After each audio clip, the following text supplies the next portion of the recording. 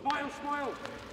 Yes. Several of Scotland's best players at a photo call at the new Engage Sports Centre, part of Napier University in Edinburgh. This year's Euro Hockey Indoor Club Trophy is being held there, hosted by the Inverleith Club. So it's all the more appropriate that Scottish Hockey chose this venue at which to launch their new sponsorship deal.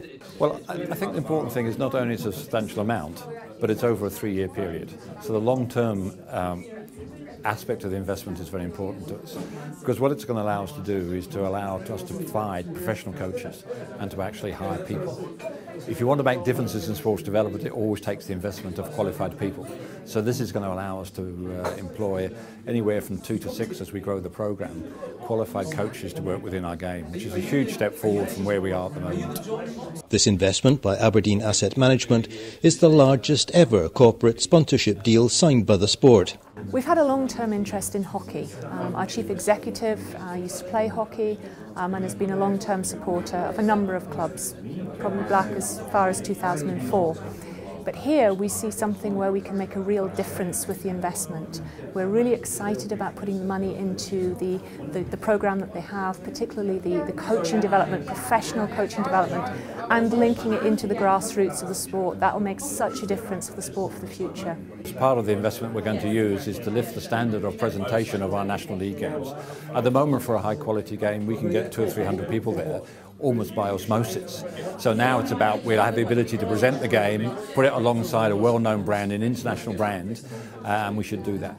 And obviously the point of having spectators in the long run is to have more members and more participants in the game. You say it's a minority sport, but that's exactly why we can make a difference.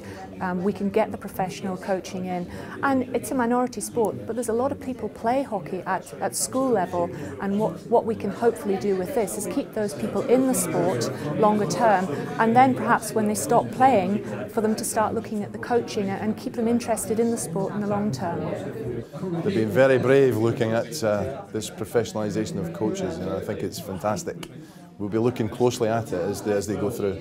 For me, this is a model that we need to look to replicate, to find areas in which investment is possible from private individuals, companies, whatever, alongside Sport Scotland and other funders. So it's a great opportunity for Scottish hockey, but also really gives them that infrastructure that can take them to the next step, next level.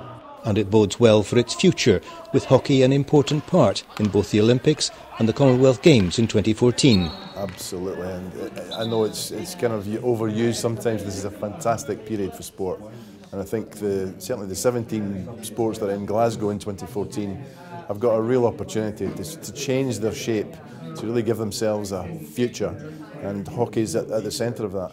I can't really overestimate just how important this step is around the professionalisation of coaches, and what's exciting is the trickle-down effect down to clubs and schools in the area. Fantastic. The Euro Hockey event this weekend has attracted teams from as far afield as Ukraine and Portugal, as well as France and Scotland. The tournament, which is streaming live on the internet, will run until Sunday.